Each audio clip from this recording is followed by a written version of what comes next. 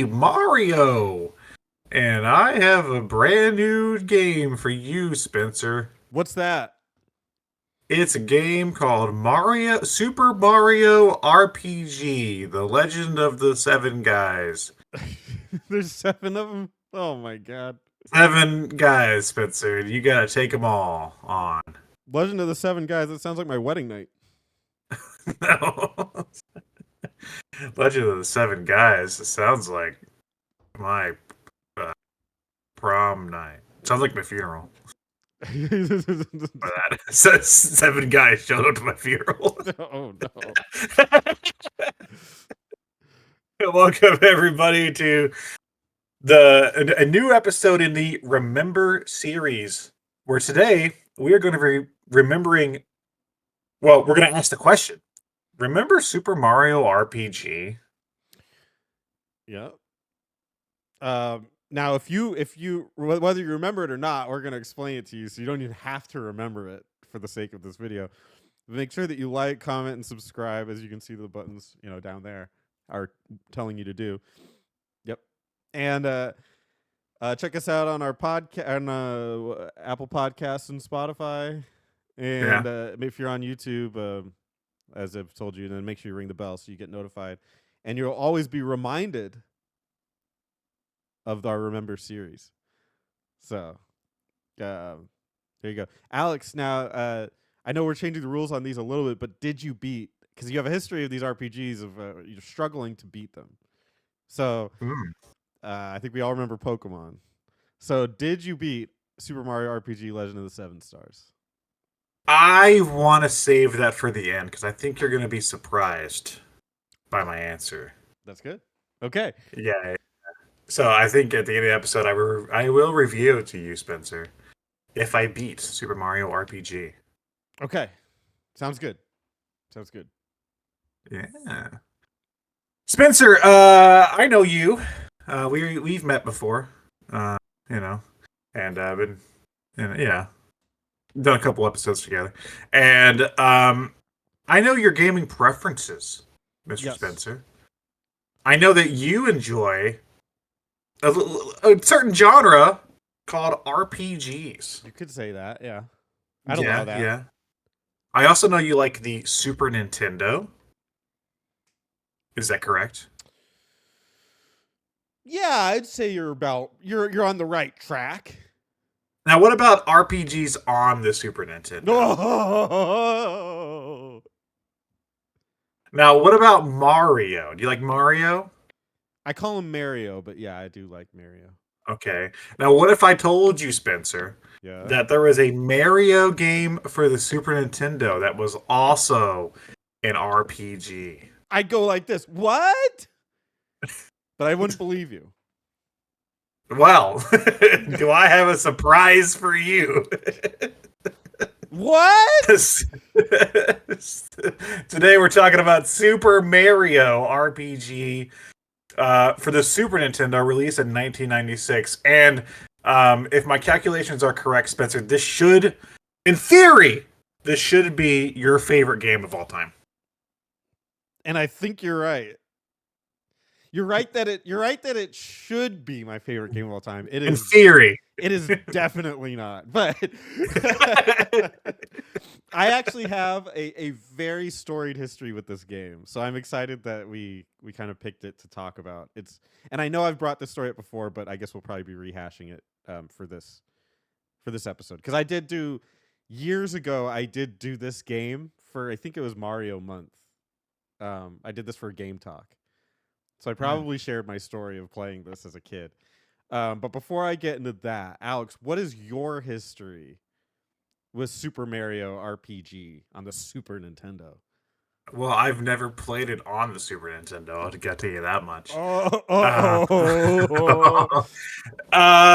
Super Mario RPG is a game that I think up until recently was a little shrouded in mystery and kind of coveted as like a cult classic, right? It was like everywhere on the internet in the late 2000s. sort of like referred to Mario RPG as being like one of the greatest games of all time. It's like everybody said had great things to say about it. So obviously, being a young gamer who liked Mario, I didn't really care for RPGs that much, but I was curious. At the time, I think by the time I played this was around the Wii time. They had put it on the Virtual Console, which was the first time I ever experienced it. Um, Prior to that, I had played the first Paper Mario and Super Paper Mario, but that doesn't count because it's not an RPG; it's a platformer. And the first Mario and Luigi, and the Bowser one, the Bowser's Inside Story one. So those are the only other Mario RPGs I had any experience with at that point. Um, That's so funny. so yeah, it's also weird that I played 1 and 3 and both of those franchises. I skipped 2 for both of them. I skipped Thousand Year Door and Partners in Time. I just went from 1 to 3. I don't know why. Not a And second sequel guy. You not, think yeah, they have the initial idea that you like. The second one's not gonna be as polished. The third I'm, one, I'm they're just going to gonna go right to 3. they're gonna figure it out. No, it's just happenstance, It's just like that's just how I happened upon. I think I had played. I don't think I've played much of it, but I and, think I had like. Sorry, what? and think about it. Mario, original Mario, right? Yeah. 1, 2 is like a weird one, Ew. and then 3 is like the good one. Wait, So there's a Mario too. get this. There is, but it's Yeah. actually a Okay. completely different game. What?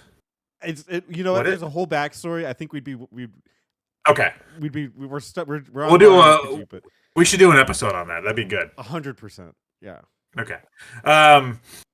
So yeah, I hadn't. I actually think I had played like a few minutes of Partners in Time, but I never actually like devoted any time to it. I think a friend had it, and I just fucked around where you were the Mario and the babies at the same time and stuff.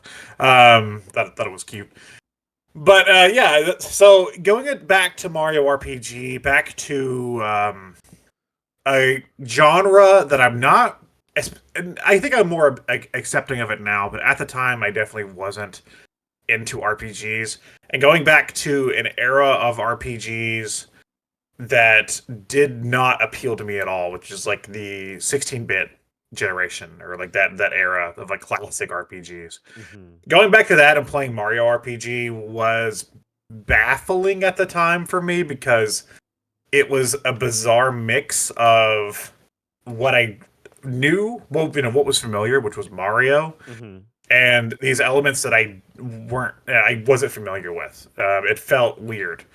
I didn't say I hated it at the time. I thought it was cute and I liked some of the characters, but I didn't get what the big deal was.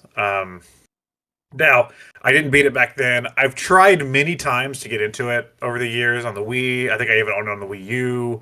Now I played it on the Steam Deck, but I've tried many times to like devote myself to playing it, and I don't know if it's just where it's an RPG of that era, but there's always been some kind of a disconnect for me. Sure. Um, yeah, so well, It's funny that because so you were saying like you played it when you played it, you'd already played like Mario and Luigi, yeah, and the third Mario and Luigi. That's how far deep into it, and then the Paper Mario's, etc. Um, so my experience with it was like the exact inverse of that because I'm an older person. Um, SNES was like I was kind of an active, I guess, active gamer in that I would get games from Blockbuster at that age, and RPGs were not. Final Fantasy VII hadn't come out yet. Remember that. So this is like the flip side of that, where RPGs were not an accepted thing in America yet. Really, like there was a pocket of gamers that were into them. I was not one of those people. I was still playing Mario. Like when people said Mario, you're thinking platformer. You're thinking like levels and adventures and that kind of thing. You're not thinking RPG turn based or anything. And none of those concepts had crossed my brain yet. The closest thing to an RPG I'd played was The Legend of Zelda, A Link to the Past. So we're in Blockbuster, me and my twin brother, because we play games together. You know, Mario games where you take turns playing. Uh, and we see there's a new Mario game out. It's this game called Super Mario RPG Legend of the Seven Stars. You're looking at the cover here. Uh, it's like Mario, but in kind of like this 3D ish look. And Princess Peach and Bowser in it. Like, how cool is that? So we rent the game. We don't know what an RPG is. I boot it up, and again, like me and my brother will take turns playing it. We're twins, so that's kind of how it has to work. He's holding his controller. I'm holding first player controller. He's holding second player controller, and I start playing, and there's like talking, and you're kind of getting used to like an isometric thing because that's not how Mario typically is, and you're just a lot of talking. Remember, considering I'm used to a Mario game, and then you're like you get into a fight. Okay, I can jump on this enemy. Cool. So we jump on him. A weird like menu opens and a fight, like a turn-based fight starts. I'm like, what? Like, what is this? And so we're playing it, and I don't get what's going on at all. And my brother's like, when's it my turn? I'm like, shut up, you'll get your moment. Like, I'm sure there's a point where I'll die or something. You don't really, that doesn't really happen. Like, if you die, it's a game over and you start over and yada yada. But the first fights are all easy. So you don't really lose. So like we're sitting there playing, it's like 20 minutes in. My brother has not done anything. And he's kind of flipping out. And I'm like, I don't know. I'm just that's what we said, so I'm playing. And we're just going through the motions here. And it would be like an hour before he would even touch it. We're like screaming at each other. This game was bizarre. It was like a foreign. It's like watching a foreign movie. Like you can see something different, and you can see that there's something there, but you really have no idea what's going on or what's happening here. And I remember that being just the imprint that it left on me was like it was this crazy game that had all these things that I like in a different way that I was used to seeing, but I had no idea how to play it. I was just baffled by it. So that was my initial experience with Super Mario RPG. And I'm curious how many people here in the West at least had that same experience because, in Japan at the time, especially, RPGs were popular. Mm-hmm. But in the West, there was an audience, a smaller audience for RPGs, but like the platformers were popular. Yeah. So I'm curious how many people picked up Mario RPG for the first time like you and didn't understand what they were exactly signing up for. Yeah. They were just like, it's Mario. Yeah, I'm going to play that. Um, and Mario at this time was starting to experiment more with other genres. I think of Mario Kart had come out on Super Nintendo by this point. And that was I remember seeing that for the first time, being like, it's Mario in a car, like what, and Yoshi's Island, which is a platformer, but it had like a baby Mario, and so like there was already an attempt to like do other things with the Mario IP, other than just Mario. So it makes sense in terms of like the trajectory of the series, but there had to be an easier way to soften that blow. Yeah. I don't know. Yeah, no doubt. Is very jarring. Kind of a bold move, and I don't know that people were really ready for it. But we'll figure it out in the sales. I guess that's where we'll figure it out. Yeah. Set sail. Set sails. That was my joke. Okay, we're moving on to let's talk about some of the development before we get into the game itself. How about that? Let's do it. So, this is from the Wikipedia. According to Yoshio Hongo of Nintendo, Super Mario RPG came out of Shigeru Miyamoto's desire to make an RPG game using Mario, plus Square's desire to develop an RPG that could do better outside of Japan than their previous games. Okay. Yeah, which makes a lot of sense. The last part, not the first part. I don't know why Miyamoto wanted to make a Mario RPG. I don't understand why Miyamoto does half the things he does. But the second half makes a lot of sense at the time because again, uh, this is still Square. Uh, the biggest property they have is Final Fantasy here in the West, and the there was they already had an attempt by this point with a game that you also talked about, which was what the hell was that game called? Final Fantasy fuck the Mystic the Quest. beginners one, Mystic Quest. There we go. Yeah, which was like an attempt to try to bridge this gap. Yeah. So it seemed like they had already been trying for this. So it's somewhat. Yeah, well, I can speak to the first half of it too. That Shigeru Miyamoto, um, he didn't get Dragon Quest. He didn't really understand it. And somebody that bridged it with him was Shigetachi Itoi, who made Earthbound or Mother, and he really liked it, and they talked about it, and he was like, I want to make Dragon Quest, but like as a Nintendo thing, and he was like, well, I guess like I don't get it, but you can try, and that's how NES came about, and that's how Mother became a thing, and maybe he saw that and was like, okay, there's something to this group of games that I don't understand. So how can Mario kind of crack that nut of like a really addictive turn-based game that maybe he saw something in that. So that's where I would guess that came into play. And then yeah, you're right. 100%.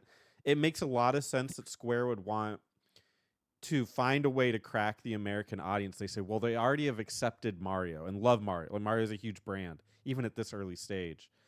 Can we use that as a vehicle to get people to understand RPGs and like playing them? And I think that's a genius move. And I I guess we'll find out if that worked, but that is an interesting idea.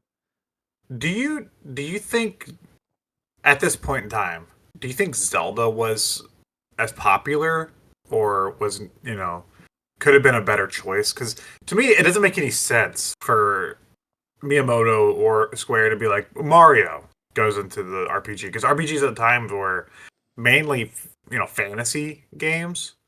Um, Yes. to me, it seemed like Zelda would have been the choice for an RPG. I don't think Zelda was big enough. Mm. I think Zelda, like,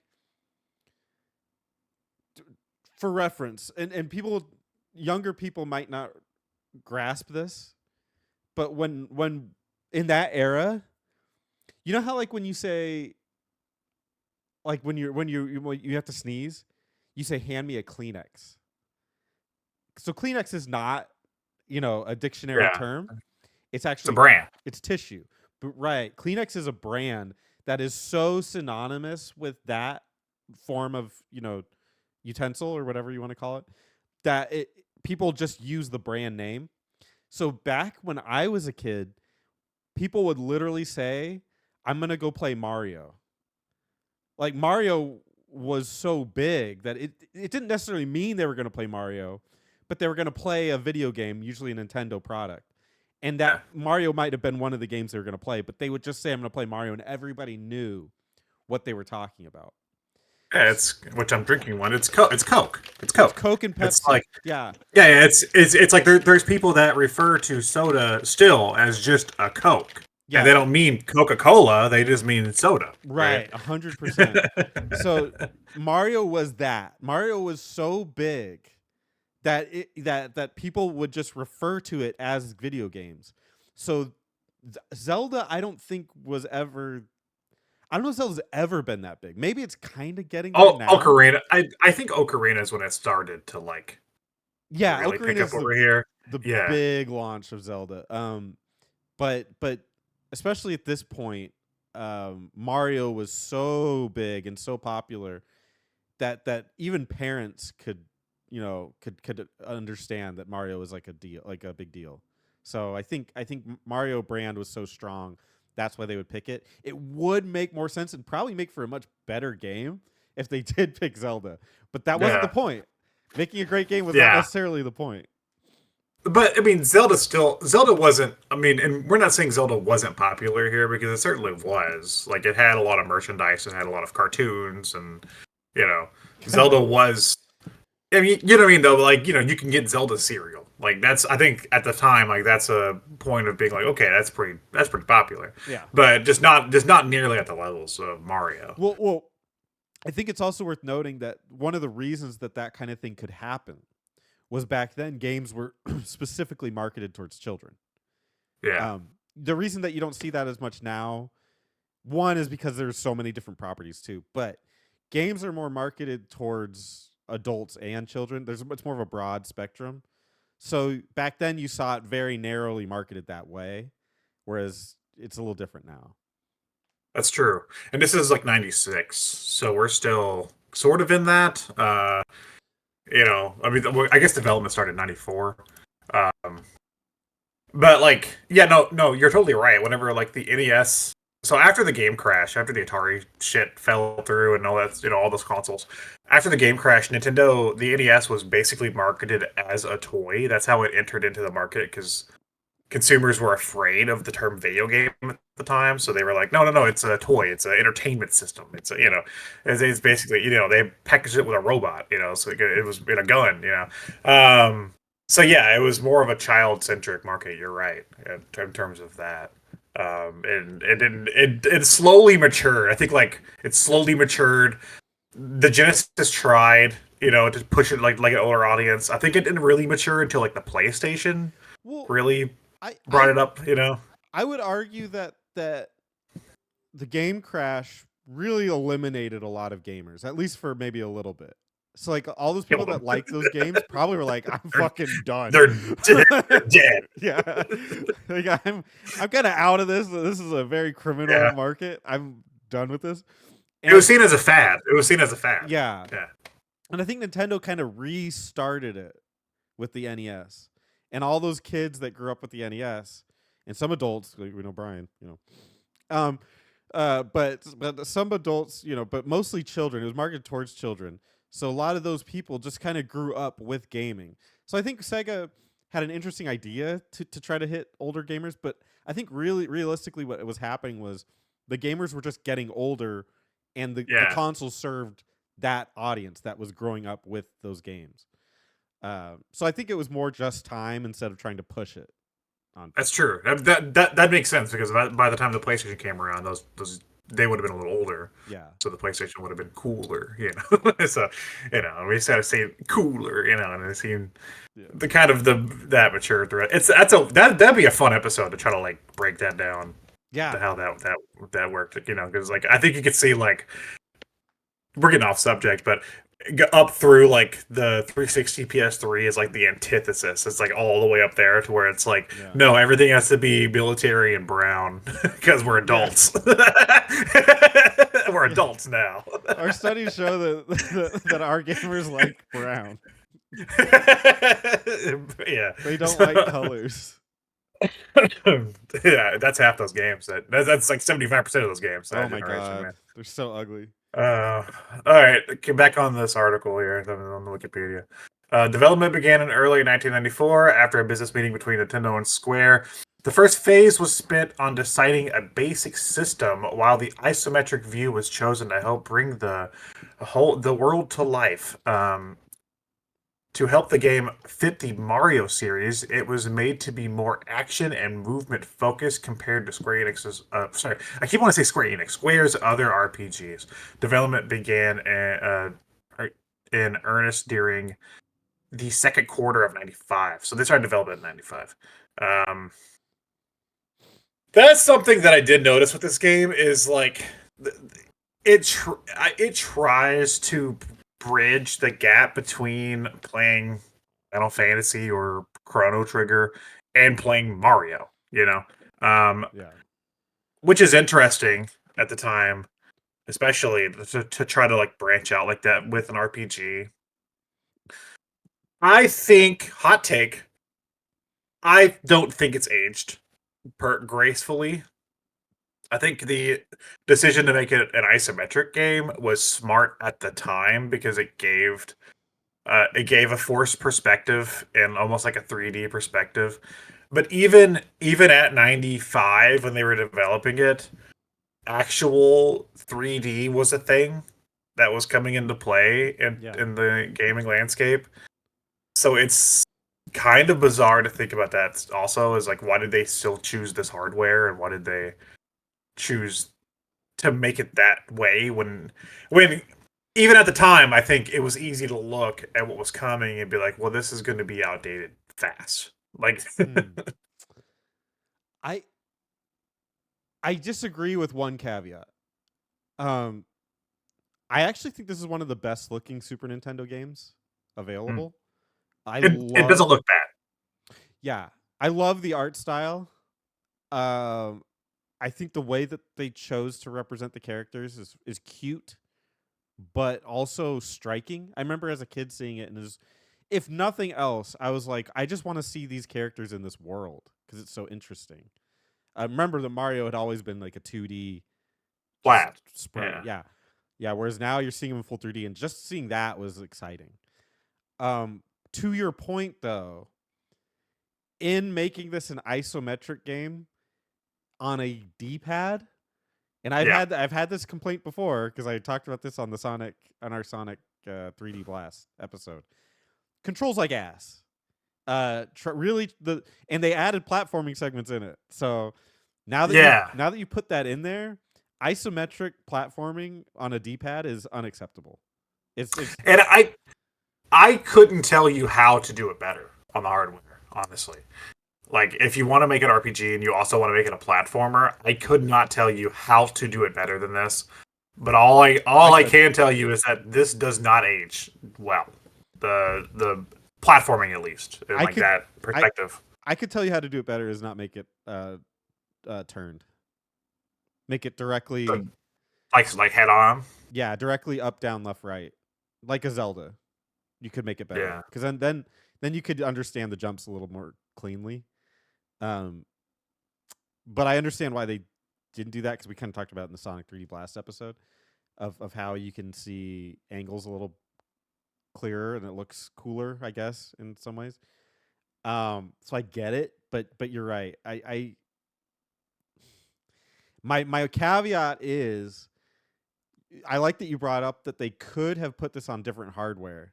And my brain immediately was like, well, why would they put it on a PlayStation? Because that was the other golden era. Because obviously they can't do it with Mario. And then I was like, wait a minute. Super Mario RPG 64 would Yeah. have been fucking cool with Yeah. a freaking control like a joystick. And there could have been many reasons why they didn't go that route. The cartridge format of the 64 is notoriously limited. And there is a reason why there's hardly any RPGs on the N64. There's like three of them or whatever.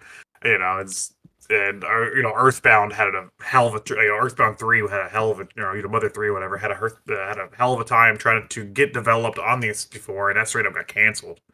You Yep. know, so I understand it was easier to do Super Nintendo, but yeah, part of me is like, well, at this point, 95, for sure that the Ultra 64 at the time, what it was called, is coming out. You know for sure you're making a Mario game as the launch title because that is the first game they developed for it. Mm-hmm.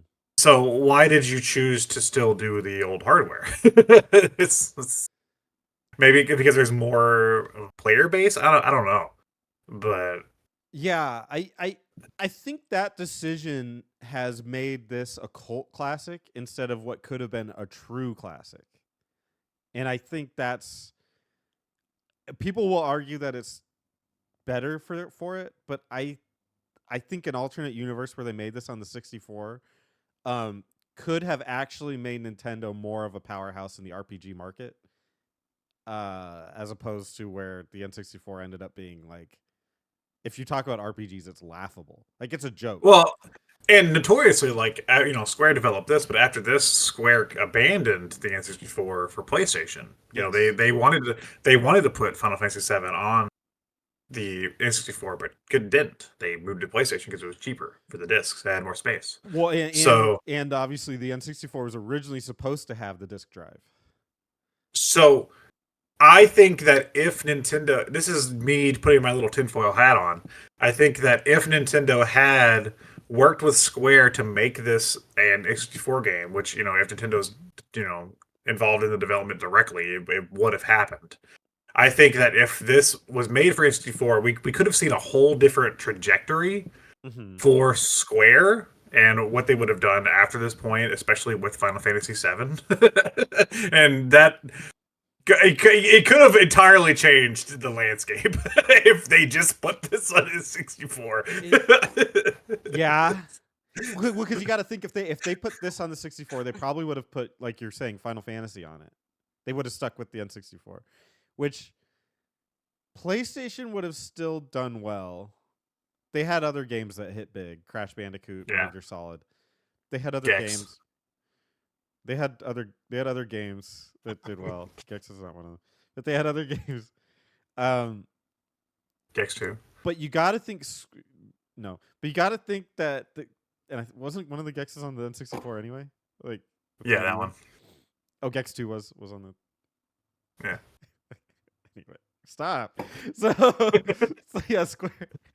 You got to think Square wouldn't have become the powerhouse that they became through the PlayStation, because I wouldn't think that Final Fantasy on the N64 would have done particularly great. No.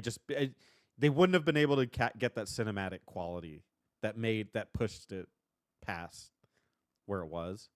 So yeah, I would, and they probably wouldn't have been able to explore as many mature themes. So yeah, it probably in the end would have been a negative for Square as a whole. Yeah. But It's an interesting it theory craft. it would have been interesting to see where that would have led. Yeah, it's weird to think of what like Super Mario RPG as this like linchpin for gaming culture, but it kind of is. Like Yeah. where it is and their positioning with it. Yeah. Yeah, if you and I went back in time and talked them into making this for the N64 and became back, it would have been like Back to the Future too. When they come back and Biff's like taking over the world. It's like the bad future. Yeah. Like fuck. 100%. We fucked up. Um, all right, back to the development. The game was officially unveiled by both Mario creator and producer Shigeru Miyamoto and co-director Chihiro Fujioka. I hate names. I hate Japanese names. And 95 V Jump Festival in Japan.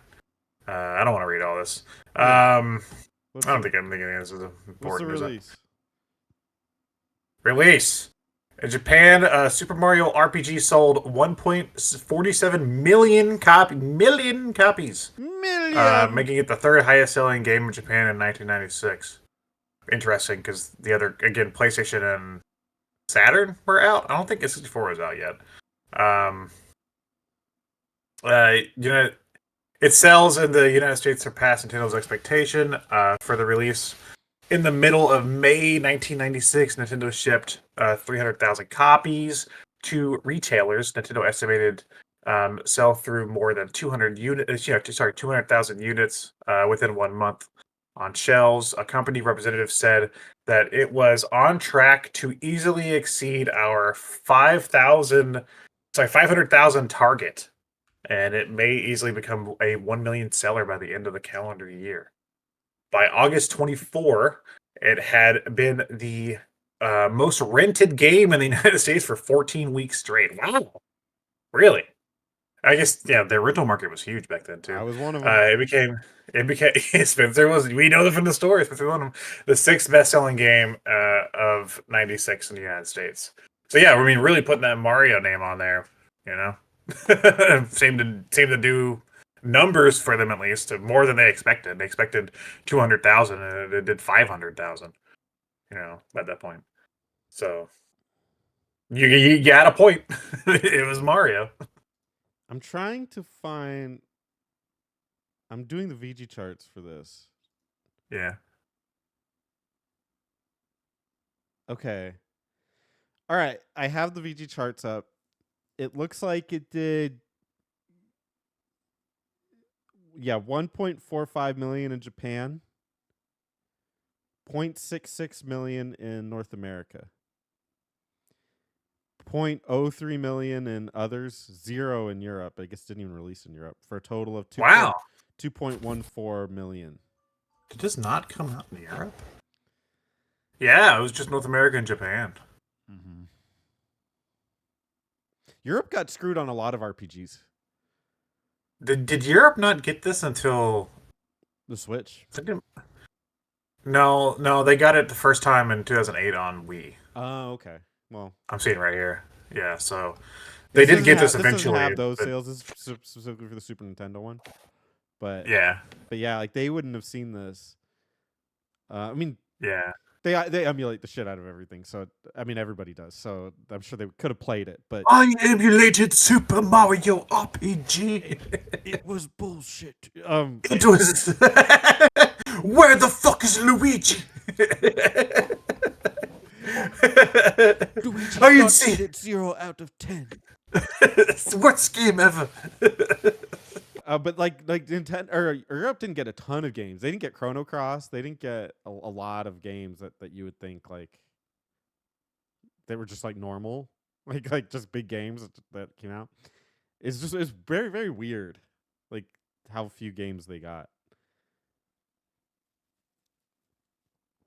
The market was also different over there too. Still, 2008. It's probably impossible to find like the virtual console sales. you know. Yeah, I don't I doubt. trust. It's weird with more modern stuff. I have a hard time trusting a lot of those numbers, and they're very weird because it's like with digital sales, you can't really also track like when these games went on sale. Were they in a humble bundle? Were they? Did they when this sold? Did it cost $5? Maybe not. Interestingly, I don't think the Wii shop channel. I don't think it ever had sales. Mm. I think games came out. They were like, I think it was if I could, I'm doing this off memory. I think it was like, okay, so this is back whenever the console still had stupid points for their shop. Yeah. Yeah. So the Wii had Wii points or whatever. Yeah. And it was like 500. 500 was the price of an NES game, and then 800 was the price of a SNES game, and then 1,000 was the price of an N64 game. And then they would change them based on certain criteria, which is so weird. So like if you bought an import that never came out in America, and it was coming out for the first time, if it was say 800 on Super Nintendo, it would be 900. It would raise it by 100 for some Okay. reason. Didn't make any sense because I mean I remember I bought Sin and Punishment Wii, which was at the time never been released outside of Japan. It was an N64 game, but it was like 11, and it was like, well, okay, that doesn't make any sense. Like all you're doing is putting a ROM out. Why does it cost 100 points more? But yeah, so like they didn't really have sales, and like everything had like a base price. So I'd be curious to see if they kept this import thing for Europe too. If their shop channel had this game for like 100 points more because they never got it or something. But Hmm. I don't know. Mm. The game got a remake. And I will say at this point in time, I have not played the remake. Me neither. Spencer, have you played the remake? No. What do you think? What are your thoughts on the remake? I'll say already that the lead up to it, I was happy for fans of this game, obviously, because it's getting some sort of representation. Mm-hmm. Then they kept showing more of it in like the Nintendo Directs, and it looked like Super Mario RPG, and it was Yeah. and like I was like, is this an actual remake? Because like it just looks like Super Mario RPG, but like cleaned up, Um, so I haven't bought it. I think it was outrageous that this is if this is just the original game, but a bit prettier. I think it's outrageous to ask $60 for this thing. Yeah. I let me get an image of it up. Um.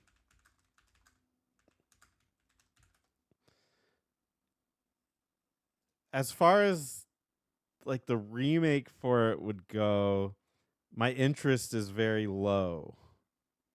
Um Look, I like the game enough, but one of the positives of the game, and maybe the biggest positive of Super Mario RPG, is that it looks really cool.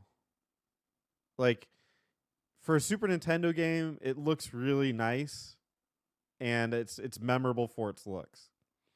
So fast forward to 2024, I think when this came out, um, y- if the only thing you're really gonna change is how it looks, like it already, that was the only thing that it still did well. So it has all these other parts of it that are done better in other games, Paper Mario series, Mario and Luigi. Those games have already taken the formula and done better with it. So if that's all you're going to change, I have literally zero interest in it. I Yeah, that was yeah. confusing to me. That was the most confusing part. Is like when I heard people before talk about wanting a remake of Mario RPG. I don't think this is what they wanted. I think they wanted like an actual like reimagining. You know what I mean? Here's the you know, I'm of the mind, and I might be, this might be controversial. If there's a game that I really like, I think you really need to be hesitant about asking for a remake. Like, do you say you want a remake because you like the game, right? Do you really want a remake? Like, if you like the game so much, why don't you just leave it how it is? Because I think Mario RPG is exactly the kind of game they wanted to make at that time, and any major changes to it are going to screw it up. Like what really do you want out of this game? That's like, man, I like Mario RPG, but if they only did this, it would be better. Well, as much as I like other games more, I think they really nailed everything they wanted to do with this game. I can't imagine anything they would add to it or change that would be like, it still feels like Mario RPG, but it's better. I that Yeah. there's nothing like, it's one of the things that we'll probably get to is like, in an RPG commonly you think of an open world and you think of being able to explore this grand world, exploring the Mushroom Kingdom. You can already do that in like a Super Mario and Luigi game, or you can already do that in a Paper Mario game in a different way. This game was designed, I believe, to match like a Super Mario World, where it has that overworld that you can pick between the things. It feels like one of those kinds of games. I think that was done completely intentionally. So anything where you add to that or change that is now changing the formula of Super Mario RPG. Literally the only thing that they can do and that they did was make it look like, make the graphics higher fidelity. Mm. And like, honestly, who gives a shit? Yeah. Yeah. That's true. And like again, charging $60 for the same 10-hour RPG, Yeah, baffling. that Baffling. unbelievable. It's like, I mean, gee, Unbelievable. like 2023, it's like, yeah, I think it's when this that came out.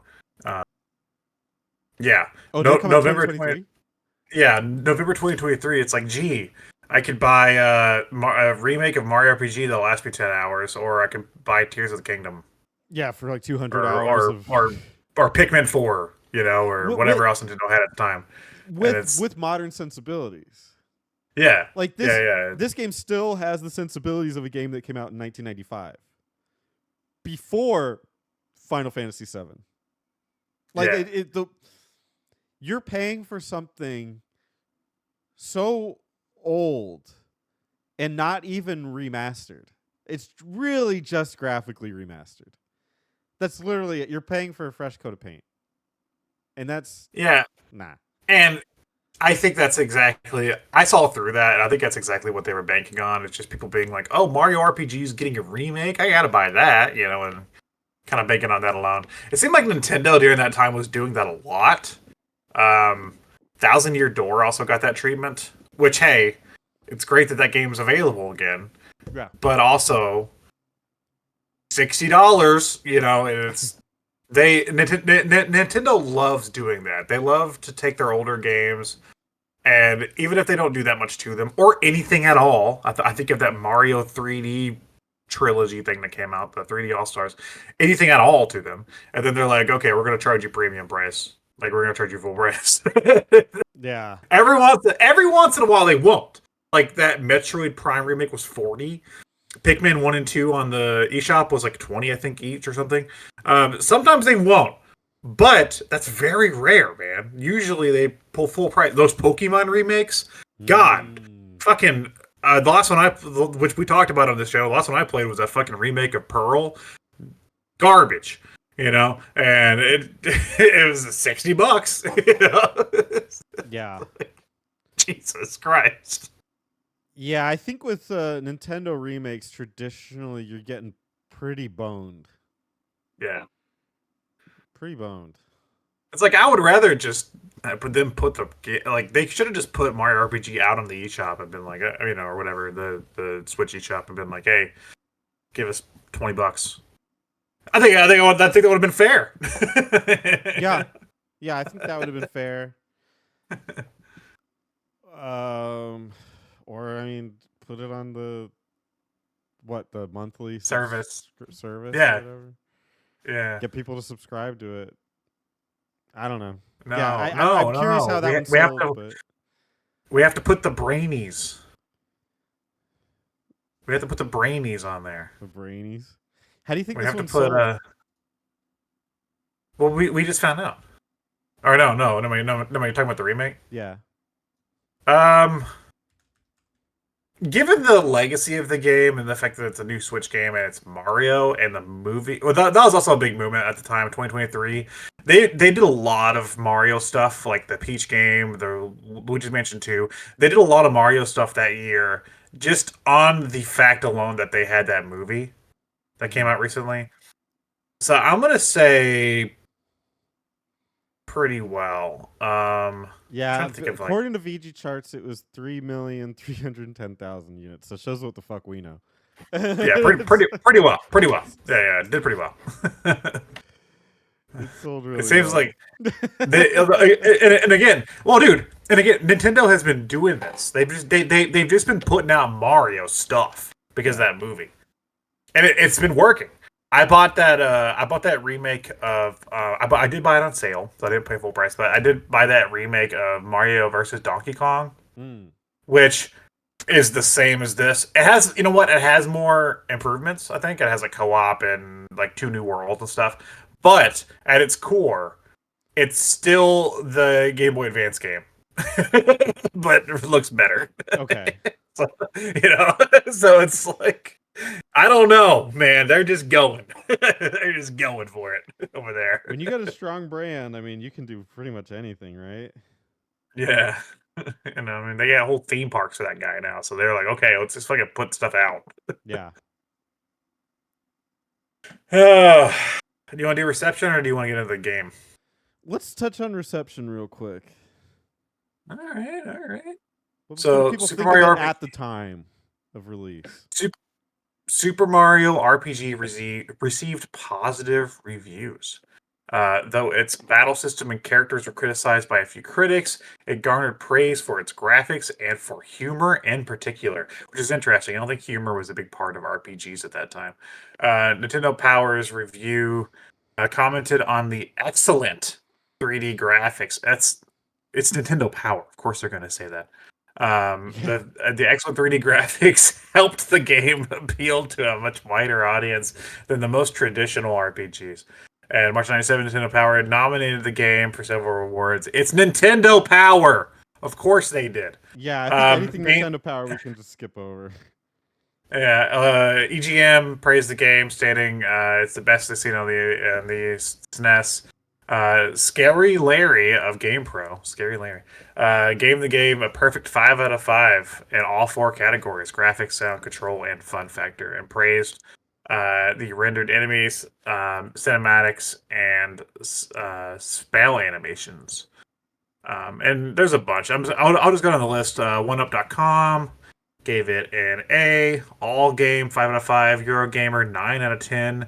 Famitsu 32 out of 40. Game Informer 9.25. What the fuck is that? Out of 10. Game Yeah, they Players do. 91%.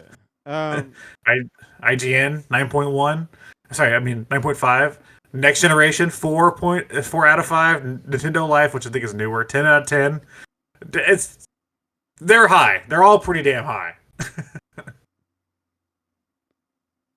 yeah. Okay. So it was well received. It was very very well received. I think it's safe to say. Yeah. Um, Uh which I think doesn't. Well, it sold past expectations, and it was very well received critically. So I think that officially makes it not a cult classic, right? no, but like I think what makes this game a cult classic is until now, is Nintendo's unwillingness to talk about it or do Okay. anything. You know what I mean? It was they kind of ignored it for a long So time. like it was big at the moment that it came out, and then RPGs completely the landscape completely changed with Final Fantasy VII and PlayStation taking over. So it was like a star for a very brief moment in time, and then everything changed, and then now like post 2000 people are like, but remember Mario RPG. Like, you think that's kind of where it becomes a Yeah, cult yeah. classic? Well, and what made it what made the strain even worse was the fans were saying, "Remember Gino? Remember Mario RPG? Remember?" And then Nintendo was saying, "No, no, We sure don't. no." For the longest time, no. I mean, I'm pretty sure they finally did like as a me costume, but I'm pretty sure Gino was like a requested Smash fighter for the longest time, and Nintendo was always like, "Well, we don't know who owns the character, so I'm sorry. Like, we don't, I don't know if there's rights issues with Gino, but That is so. That is such an interesting concept of like that's such an interesting study in IP. yeah, Yeah, how funny. it's Like like, shouldn't you own Gino? It's your game. it's like we might. We don't really know. We don't really want to step I on don't that really right. know. I don't really know who has them. Yeah. Um, the legacy though, like I said, it's like here it says, our Super Mario RPG was picked at the top of like a best games of all time list at 30th by IGN, and the No. other list 26th by EGM. Um, Maybe I at think the what time of release. When was it picked for that? Like what? I don't know.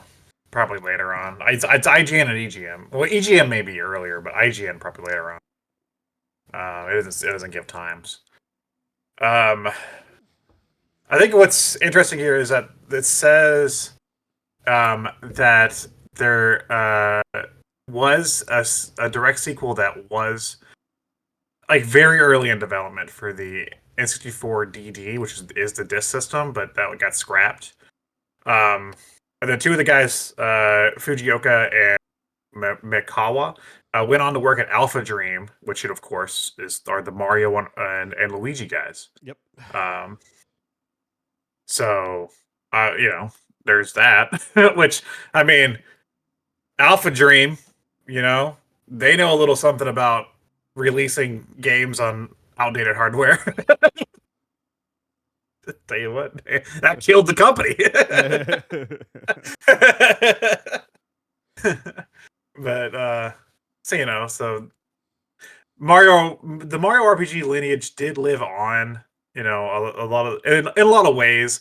Also, Mario, I think Paper Mario was also, yeah, yeah. It says here Paper Mario was also called Mario RPG 2 for a little bit before being renamed to Paper Mario. Okay. So it's like out of Mario RPG came Paper Mario and Mario and Luigi.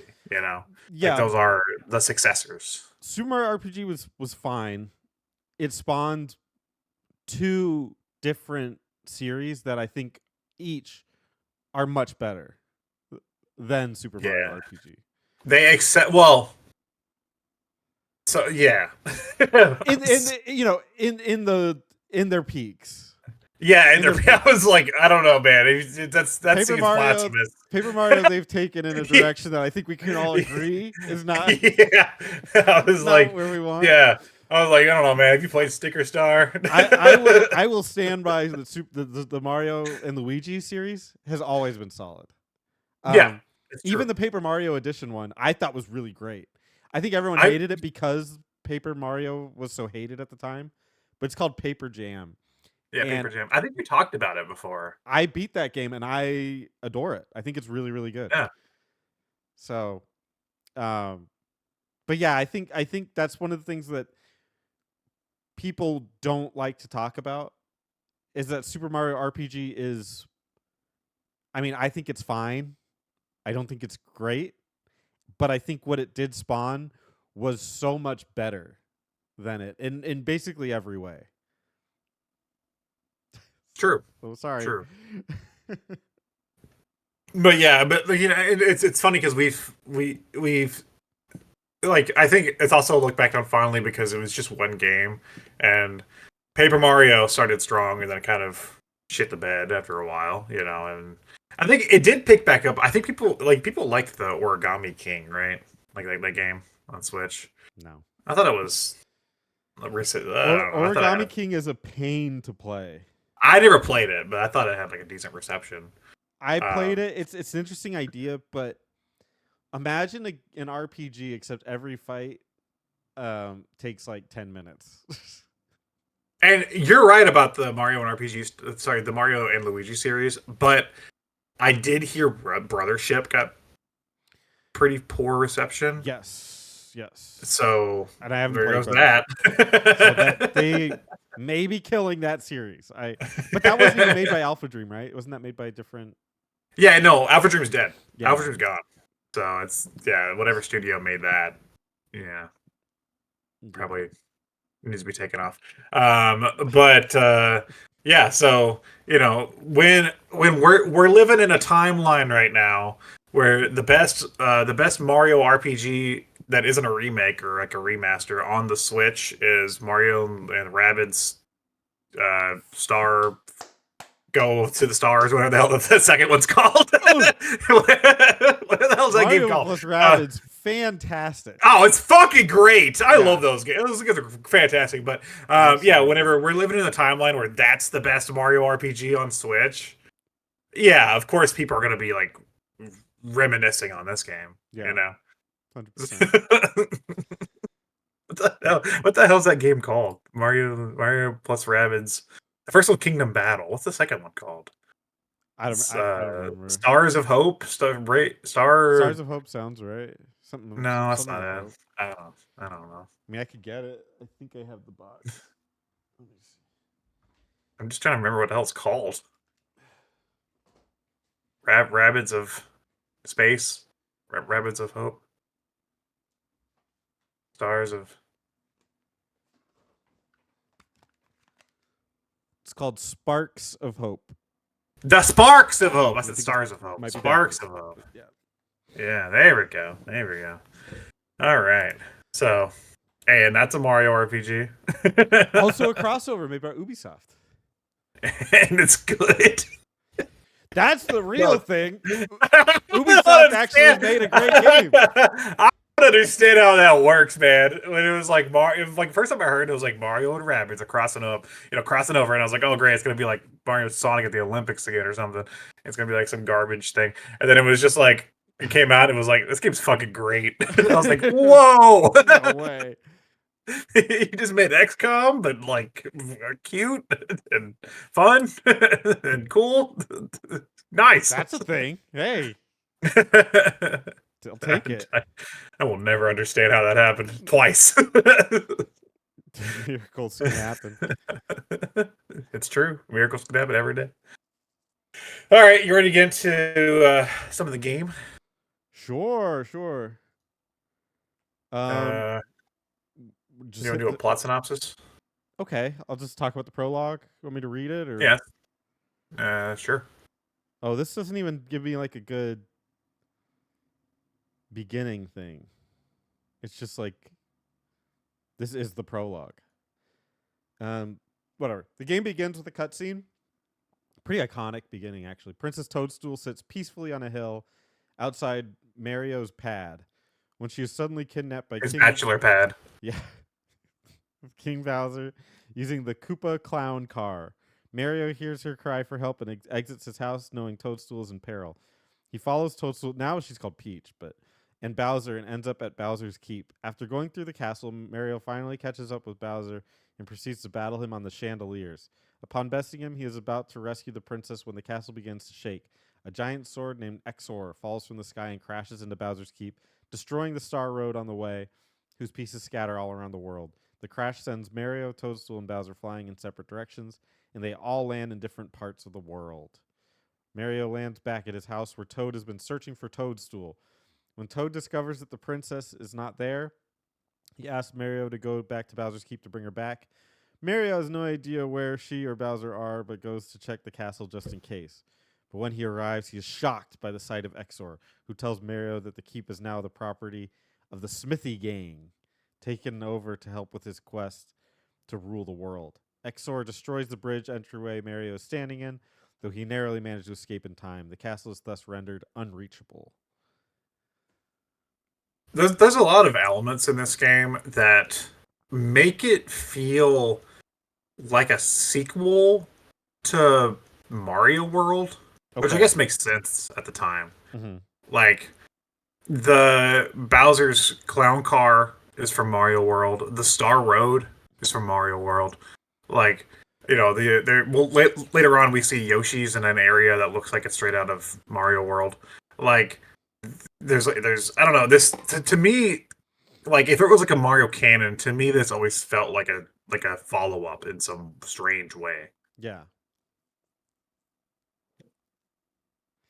Um, Yeah.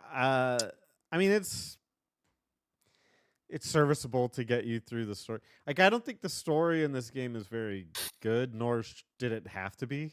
Like, Mario games don't really have great story. Never really have had great stories. So, like, who cares? If it's just a reason to go on an adventure with Mario, I'm fine with that. It doesn't matter. True. Yeah. So there, obviously, our big plot for the game is the Smithy Gang, right? Yeah. Is trying to take out the Smithy Gang and get the pieces of the what's the star pieces, right? Yeah. And you meet some cute and colorful characters along the way. That's true. I made a little joke earlier, but it is very noticeable. You know, this is an RPG. You have a party. We do get 4 other party members. Where the fuck is Luigi? Why is Luigi not in this game, and why is he not a party member? He's too busy getting lost in a mansion. Even in other it's so that's not until years later. That's you got a few more years, buddy. He's 96. That's like 5 more years. It's so weird because like even like Paper Mario, obviously he's in Mario and Luigi, but Paper Mario like still has a Luigi. You know, like they still reference the fact that like Luigi's around. Yeah. But Luigi's not even mentioned in this game except for like once, and it's just like a blink and you'll miss it thing. So it's that I don't know. That's always been such a strange aspect of this game to me. I feel like Luigi historically has been like a nod that there's like a 2-player. Do you think that's why they took him out? Yeah, and they're like, this is definitely a single player only experience. Luigi doesn't really have a purpose, but I disagree with that. And I think going forward, that was not really like he's more of a character. Yeah. Luigi wasn't exactly a character yet. Yeah, he was. He was just like a player too. Like I don't think I would say I would argue GameCube or N64 somewhere around there is where Luigi became Luigi. Yeah, somewhere they're like Luigi's a pussy. Like somewhere somebody was like, by the way, okay, we gotta have Mario, and then we'll have Peach and we'll have Bowser. And they're like, what about Luigi? He's like, he's just Mario. He's like, no, he's a pussy. I'm like, oh, okay. I love Luigi, man. But that's kind of his deal, right? He's a big pussy. He's a coward, but the thing is that he's not a pussy because he overcomes it. That's his thing. No, Mario Is always that overcomes it. Luigi just cowers. no? You haven't played Luigi's Mansion, have you? I haven't. You're right. Or Luigi's Mansion 2, Dark Moon, which did get a remaster, or Luigi's Mansion 3, which was fucking amazing, by the way. Okay. Yeah, it's like Luigi's thing. It's like they made him a coward, but he's still like that's his deal. Is that like Mario's like Yahoo, let's do And it, what and Luigi's that's like, what's Luigi's deal? yeah, what's his deal? What's his deal? that's a that's those are the kind of corporate meetings I want to be a part of. Where's Wario? That's all I want to know, And what's Wario's deal? I know Wario's deal. Oh yeah, we have a whole thing on It's a Wario's deal. big, sexy hunk of a man. I love Wario. we are big Wario fans on this channel. But what about the side characters in this game? um. So yeah, I guess we could talk about the other party members. Let's do the ones you expect first. Obviously you're gonna get Princess Toadstool, aka Peach. She's here. It seems like it wouldn't be a Mario game if you didn't have Peach. Um, Same with the other party member, which is I think at the time could come as a big surprise. Now it's kind of standard for these games for like in a Mario RPG to have him. But Bowser Yeah. is a party member, which I love Bowser's portrayal in this game because he's an asshole. And but he's also like dealing with the fact that like there's an even bigger asshole than him now. Yeah. And I one of my favorite little lines is when he's like crying because because he like lost most of his goons to the Smithy gang, and you stumble upon him, and he tries to dry it up, and he tries to act all big and tough, and he stumbles at first, and he goes, "Hey, how you doing?" Then he goes, "Oh, I mean, what are you doing here?" You I don't can know. It kind tell of, yeah, it shows like a softer, funnier side to Bowser. you can tell Bowser was like a lot of the inspiration for the Alpha Dream style. Mhm, Where they mhm. well and Paper Mario style too, but that humor they really took from this game and then expanded Yeah, on it. And you could tell Bowser's like kind of the poster child of that from this. Like, oh, I know what they're gonna do using this yeah. guy. You make a good point. Like canonically, I think across Paper Mario to some extent, but mainly across Mario and Luigi, I would argue that this Bowser and that Bowser are basically the same Bowser. Like Yeah, they're funny goofballs, right? true, true.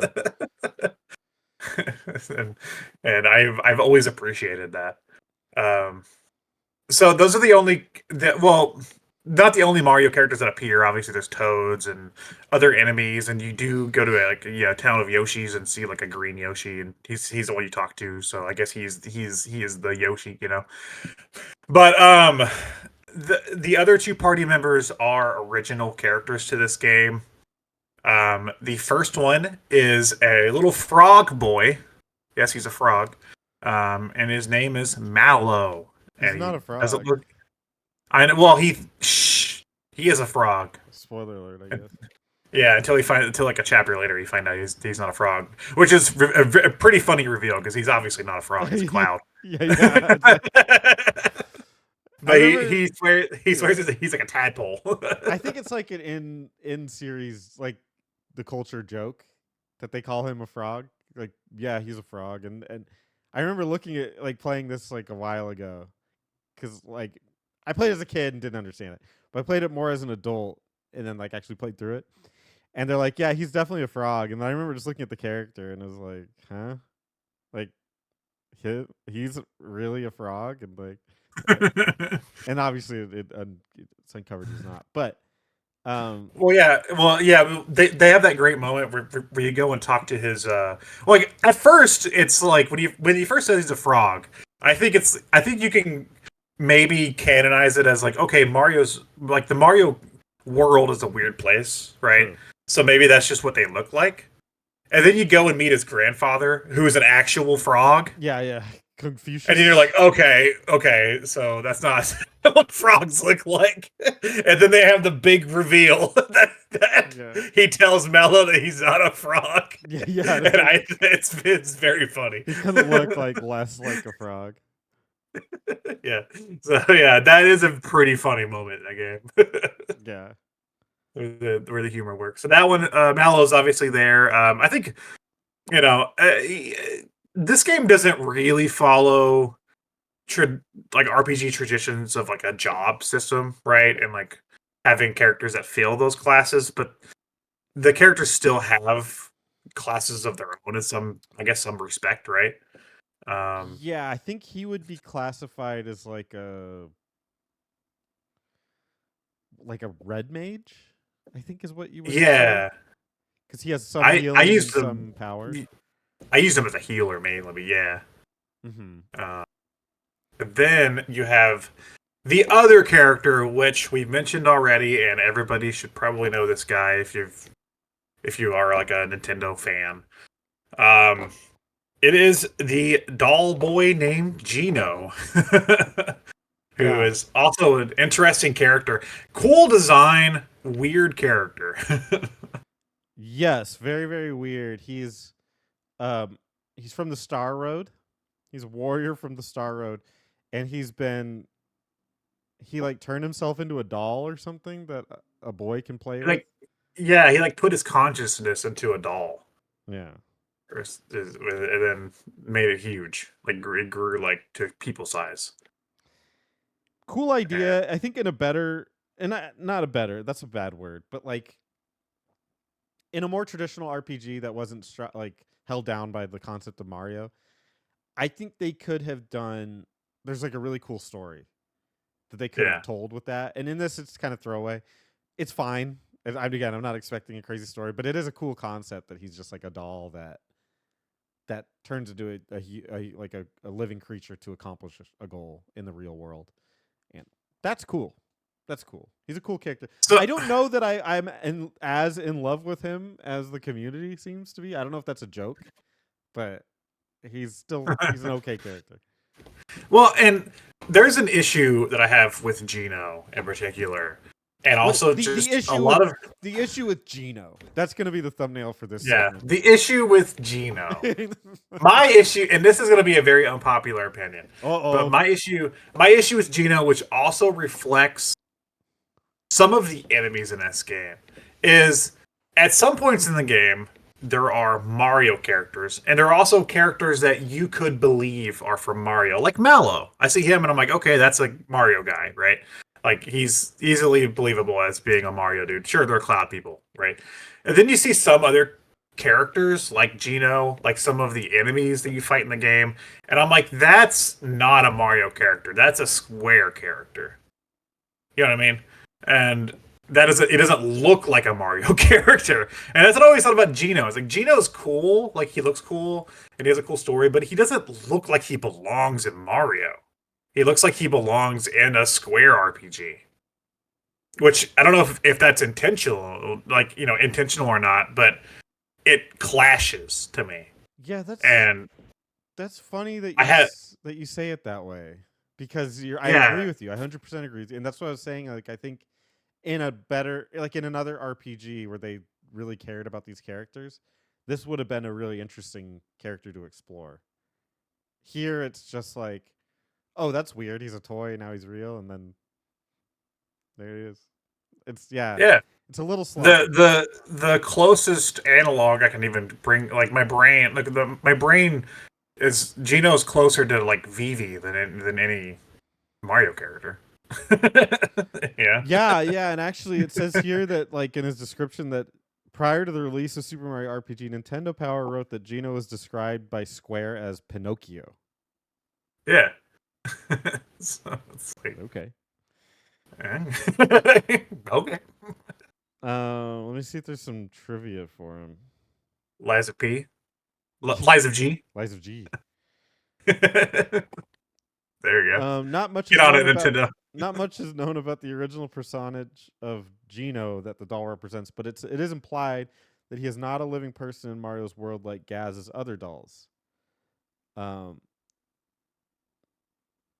when Gino uses a special move in the SNES version, a symbol of a star is superimposed over his body, while the other character symbols are the four main playing card symbols. Gino's is the Joker's star.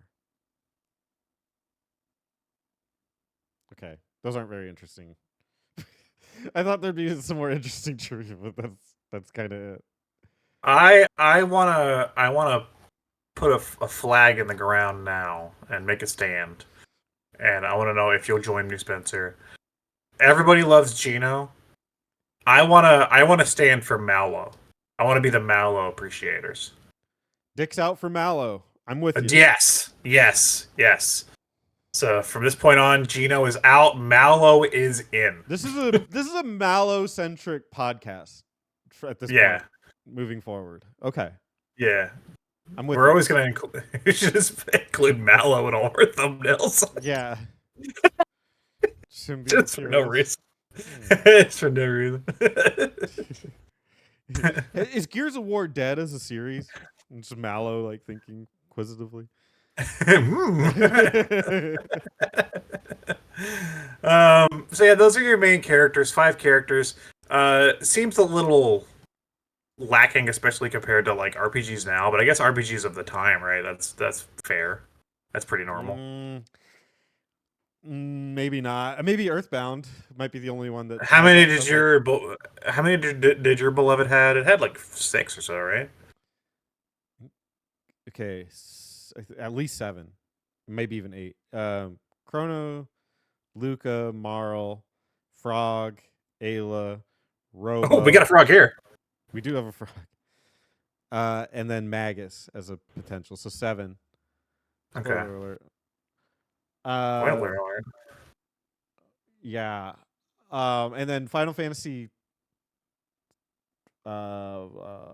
6, which came out around this time. I can't remember which one first, but that had a bunch. That one had like, I can't even count how many. It had like over 10, I think, easily. So they were starting to pick up on party members at this point. But here again, I think it makes sense because it's like you want to get the ones that the characters, the people will know, and then they added 2 bonus ones that Yeah, the experience. yeah, maybe. Yeah, and like you don't want to include too many Mario ones because again, if they want to make a sequel, which they did at one point, you might want to use Yoshi or Luigi or Wario or somebody, Yeah, and you also don't want to put too many freaks in here because that would scare off Mario fans. Like, who are all these freaks?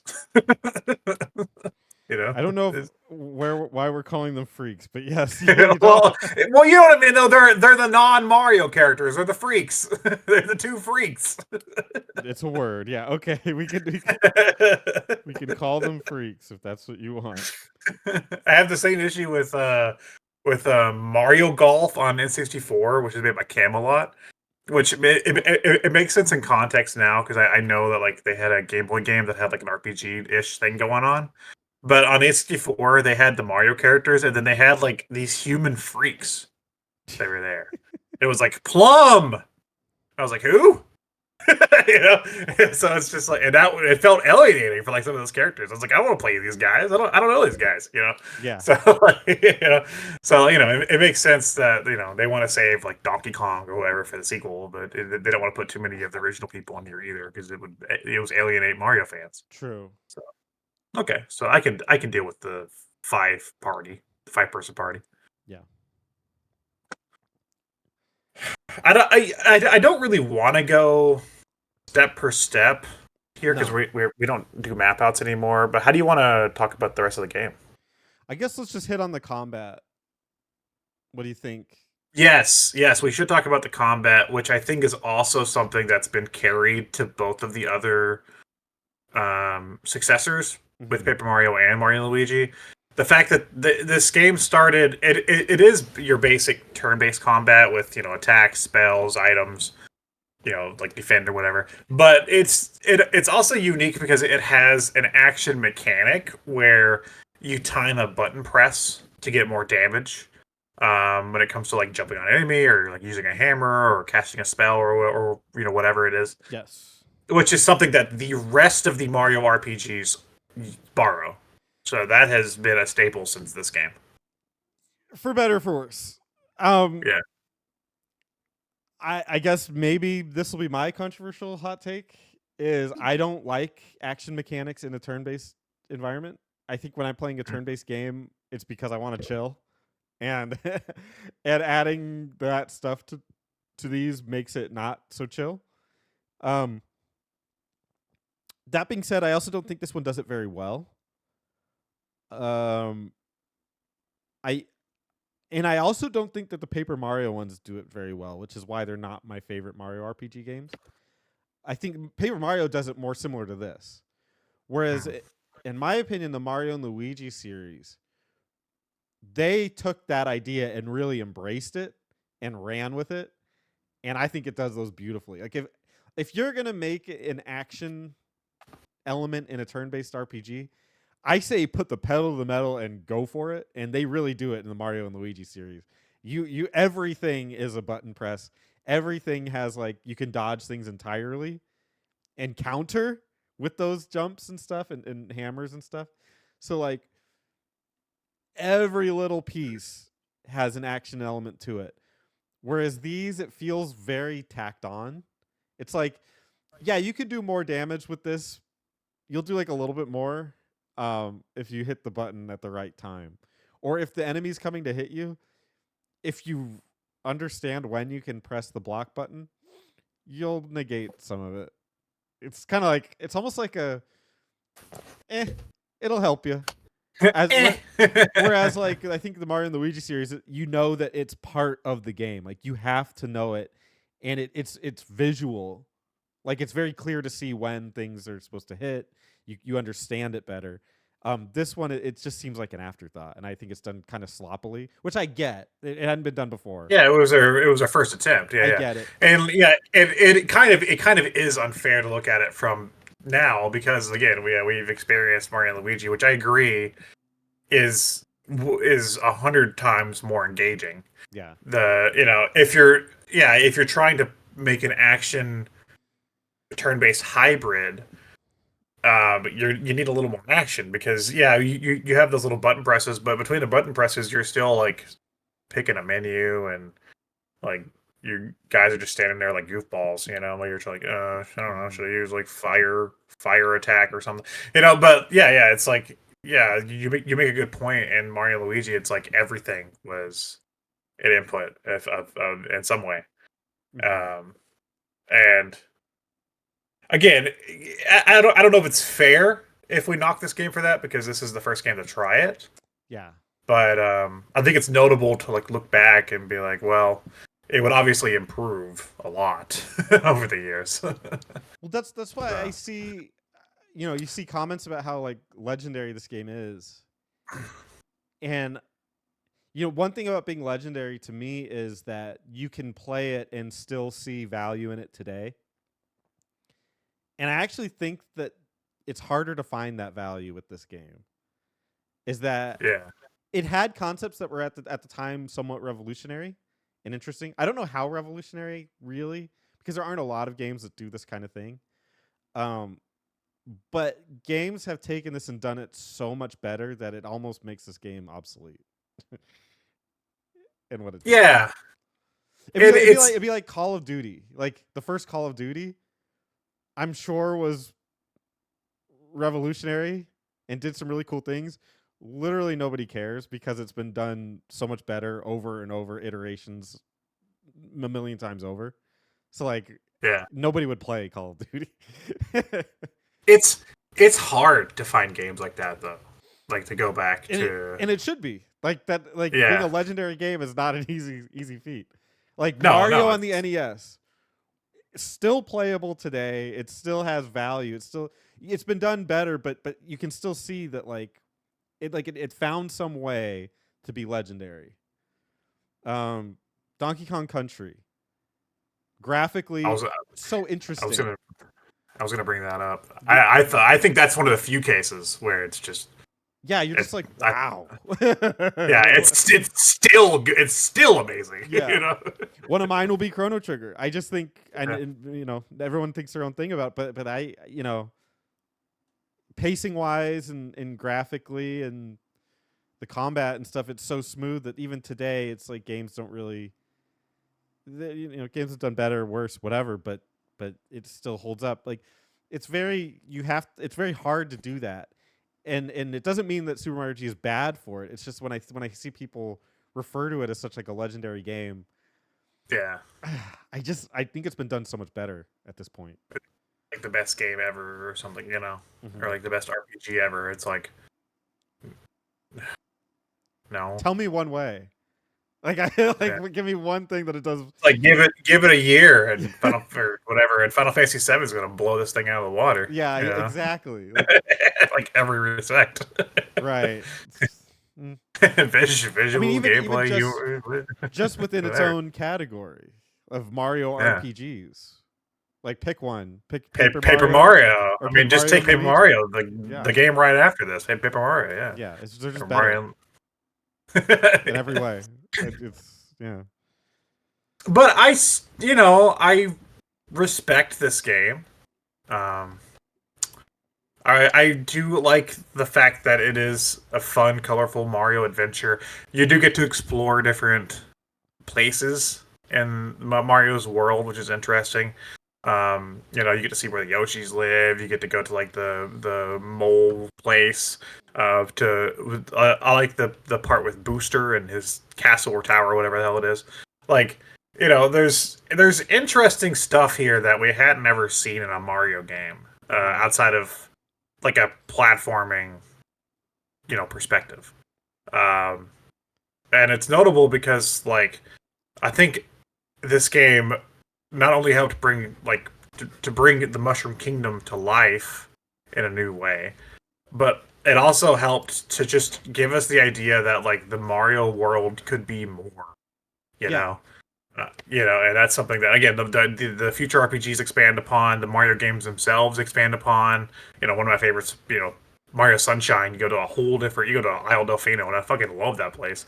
It's like the idea that the Mario's world is more than just blocks and pipes.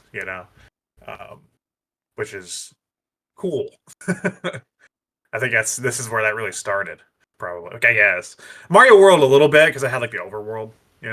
I I could see it, although I think I can see it more with just Mario 64. I think Mario 64 was like, even if it didn't have as many characters, it was still like, here's the Mushroom Kingdom castle. Yeah, but I always felt kind of disconnected with that game because like you're not in places. You're in like levels that are in paintings. So while in like they're floating, you know what I mean? So like it didn't feel like a location in the Mushroom Kingdom. It felt like an obstacle But the course to the me. castle itself. The castle itself, yes, yeah, no, And that's I think at the I agree time that there. was kind of enough. Like everyone was just kind of wowed by that. Nowadays you look at it, you're like, okay, it's just a hub for paintings, but I think back then it was Yeah, like, whoa, you get to. I remember seeing it in Blockbuster and being like, holy shit, that I is. mean, yeah, me as a kid, I used to run around that castle just fucking like trying to find stuff, just Yeah, just trying to explore. yeah. And I It's think like I think this one kind of fails at that, at giving you like the ability to explore the Mushroom Kingdom. In some ways, it succeeds at it because it's like there's all these toads everywhere, and that's cool, and you're kind of seeing it from an isometric view. But I don't know that it ever really got to the point where I was like, I'm it never exploring the Mushroom Kingdom. no, it never opens up. It gives you the ability to see the Mushroom Kingdom. Yes. It's like a tour Yeah, of the yeah. Mushroom Kingdom. But yeah, no, you're right. It never really opens up to the player to that extent. Nor when Yeah, you really think about it, should we have expected that? Because it's from yeah. Square, it's not from Nintendo, so it's like it would be just their interpretation of it anyway. So who cares? But yeah, no, I think some of the promise of it was that, and I don't know that it really delivered on that front. It's true. Is there anything in the game you want to talk about? Anything in particular? Or? What are some of your favorite like moments or levels or stages? Um. So I'll be completely honest. I don't like the the isometric platforming at all in this Neither game. do I. So there's a lot of areas that I don't like because of that, because it does rely on that. But I will say I did enjoy. I mentioned it a few times. I enjoy Yoster's Island. Okay. Because it's Yoshi. I mean, Yoshi's my favorite Mario character, so it's like Yoshi, and it's like a bunch of Yoshis. It is, it's cool. It's cool to get to see that. Um, I enjoyed that. I mentioned it already, but I think it was because of just I think this was the first area where I thought the gameplay and the story meshed really well. But I like Booster's Tower, Mm. because Booster kidnaps Old Stool, and then he's like fucking with you in the tower. He's like riding a train around the tower like Walt Disney style, kind of like taunting you. Yeah. And also Bowser joins you at this point. So it's like, and it's funny because Bowser's like, "I'll let you join the Koopa army," but really he's joining you, you know. Yeah. And it's like just the novelty of like getting to do a chapter with Bowser is was fun, you know. And I like climbing the tower. There's a lot of fun moments in that one. There's a moment where he throws bombs down at you, and you can either fight them or you can hide in this little enclave and just let the bombs explode. Yeah. You know, yeah, it's fun. Like it was that I like that area a lot. So Booster himself is a goofy guy. Kind of reminds me of Wario a little bit. And I love Wario. Yeah, I could. Yeah, he does look exactly like Wario, doesn't he? Yeah, he's Without yeah, the yeah, without the yeah, the he's getup. yeah, he's got some Wario stuff going on for sure. Maybe he's a relative. Who knows? Yeah. Um, Um, I like the sewers. mhm. It's not often that you see Mario in such like a dark environment. But I think they make it work, and it's still somehow like lighthearted. Um, I like the booster tower as well. I think that's a very fun. There's a cool mini game in that one where you're hiding behind the curtains and they're trying to Mhm. find you behind the curtains. That is so adorable. Oh yeah, I also love when you hide behind there and he's doing like a wedding rehearsal. Yeah. They're doing like the wedding. I don't know. That's one of the honestly, I think that's one of my highlights for this game is Booster Tower. I think it's a Excellent. great. A lot of flavor. Yeah, yeah. Mhm. Um, trying to look through here. Yeah, that's the best, I think. I mean, there are other notable ones, but I think that's definitely the peak. No pun intended. Is Booster Tower. Yeah. Some of the other fair or basic Mario stuff. There's lava levels. There's your basic. There's like a sand area. It's fine. It's nothing crazy. Yeah. uh, So, like, what about the end of the game?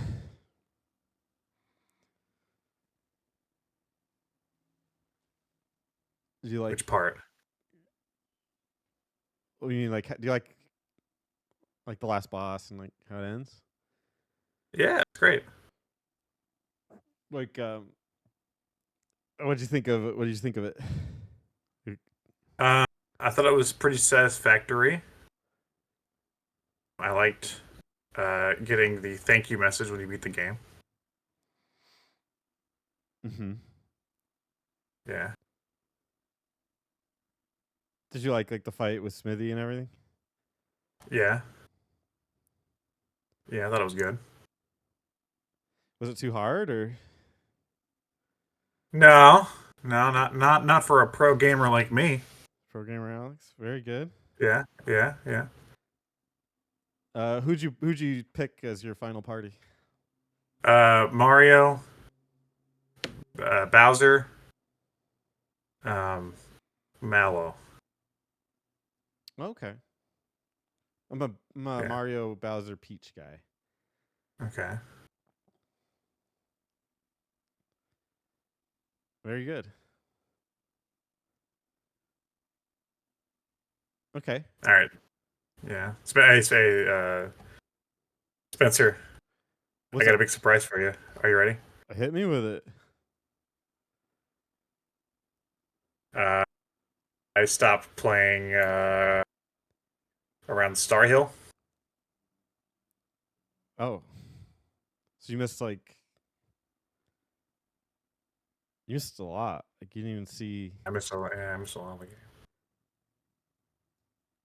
I mean, didn't you pick this to play? We picked Like it as you a team. said, like let's do an RPG because we want to hit that market, and then Yeah. I was like, okay, but it's a time investment. And you said, don't worry about it. I'm going to finish it. And then I was like, well, because we talked about this before and you didn't finish other RPGs that we played. We did Final Fantasy VII. we did Chrono Trigger, we did Pokemon Gen 1, and you didn't finish any of them. Remember that? And so we talked Okay. about, when we brought this game up, we were just like, I don't know if we should do it because it's long. For the games that we play, it's long, and we're gonna want to talk about the end boss to it. So you're probably gonna want to beat it. And then you said, "No problem, I'll beat it." And then you did. I mean, did you just? I saw you. Man, I I don't saw know you. what to tell I you. saw you streaming a bunch of games on your channel. I don't know what to tell you. Sometimes your eyes are bigger than your stomach. You know. That's what I'm Okay, saying. but so what I'm saying is, we gave you plenty. We gave each other plenty of time to play it, Yeah. and at times you said that you're too busy, and then I would see you on your channel streaming. That's what I was In busy doing. fact, last night I saw you streaming a Sonic game. No, it was a Knuckles game, but yeah. Okay. So like if you're streaming that, is that not time that you could have been spent playing this game? Um, theoretically, Theoretically, I mean, and really. I Theoretically wasn't. and really.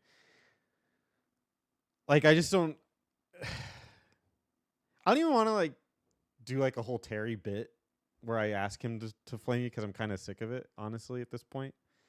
It's like, why are we even fucking doing it? Like, why do we even fucking play this game knowing that you weren't going to finish it? I knew you weren't going to finish it. I always knew it.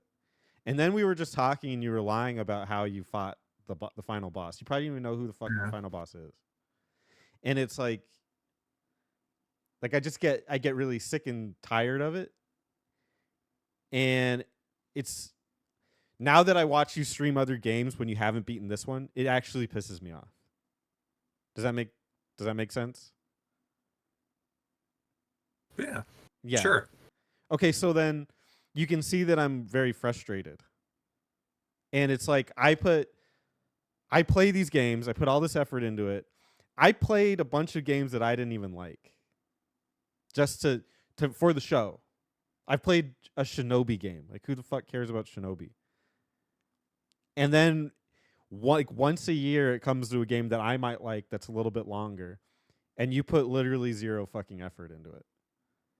Okay, does that like I don't even forget it.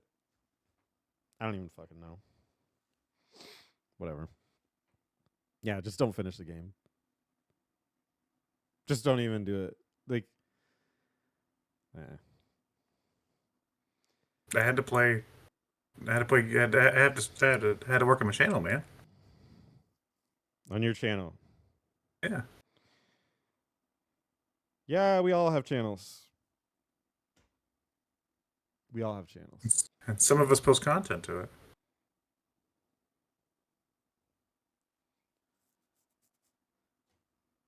Maybe we just maybe we just end the show here.